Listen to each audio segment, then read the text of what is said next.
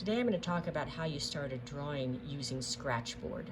Scratchboard paper is what you see behind the drawing, and it's a thicker paper, kind of like a Bristol board, covered with white china clay, and then on top of that there's a layer of India ink.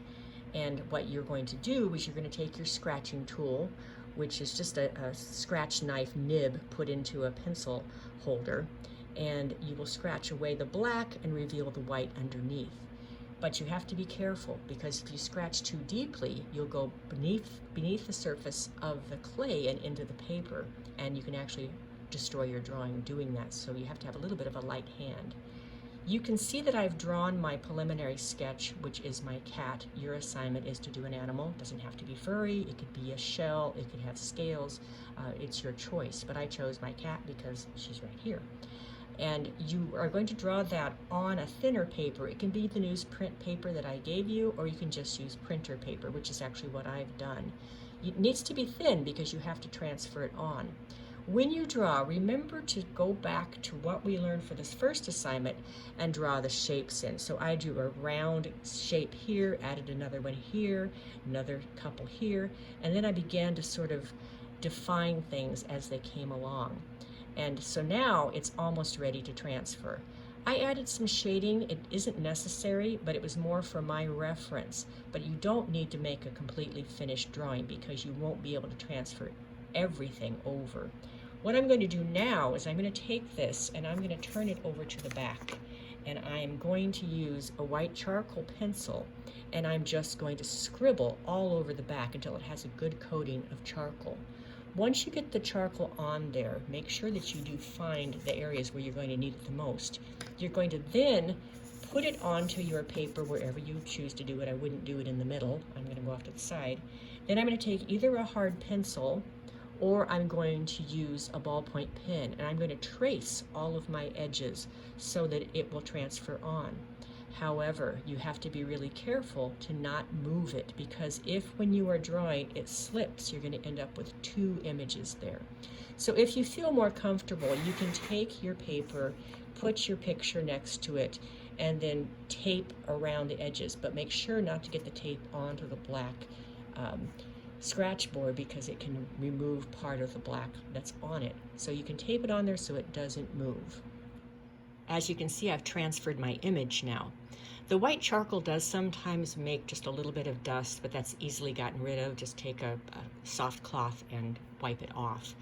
Also, you will note that wherever I had dark lines here, they've come out white here, which of course is what it's going to do. But when you start then scratching your areas, make sure that you don't end up drawing a negative image. So I wouldn't come along here and scratch away this area even though it's a line, because it is a darker line here. So you still have to think that you are scratching out the highlights and the shadows are already there. A good way to fool yourself into doing that is to think of this as being filled with white ink. Obviously it's not filled with anything, but that can just be a little bit of a way to convince your brain to work differently. Also, in the first part of the video, I said that this is a pencil holder. It's actually a pen holder. It's got the little nib in here, and normally it would have a nib for ink, but in this case, it's a nib for scratching, so the scratch knife is in here.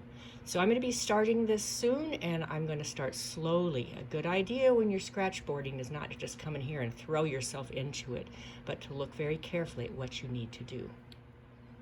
I've hardly done anything now because although I checked all of your knives before I sent them home with you, I didn't check mine, and mine actually doesn't work very well, so I'm going to have to get a replacement. But what I did want to tell you is that you can go back in with pencil and redefine some areas if you feel like you can't quite see them very well. I'm actually doing that with the eyes because the shape was slightly off when I transferred, and I might want to give myself some hints for where my cat's coloring changes just with pencil. But remember again that you don't want to put a lot on, because if you erase it, it doesn't look too good. So be careful if you do that, but it's okay to add a little bit on there. This is a scrap that was left over from last year, so this is somebody's work that they decided they didn't like. I'm not sure what it was, but this is a good time to just remind you of the different techniques you can use with your scratching tool. Mine doesn't work very well, but I think I can still illustrate it fairly well. The major one that you use a lot is hatching. You can see examples of that here. That's just lines that you're going to draw in whatever direction you need them to be. If it's fur, you're going to follow along the shape of the fur. Obviously, if you want it to be lighter, you take out more. If you want it to be darker, you take out less. You can make it darker also by making a line that is not completely drawn, so a broken line. That works really well for shadow areas. The other thing that you can do with hatching is called cross hatching. So I'm going to take this person's work here, even though again I don't know what it was supposed to be. They've hatched directionally here, so I could take this and hatch over it. Now it doesn't work very well if you're trying to show directional fur, but there might be times when you need to cross hatch to make a stronger highlight or perhaps a different type of texture, like on a shell or scales or something like that. So you can see how it's made it lighter just by me coming over the top of it. Another really useful one, which I've actually already started in mine, is stipple.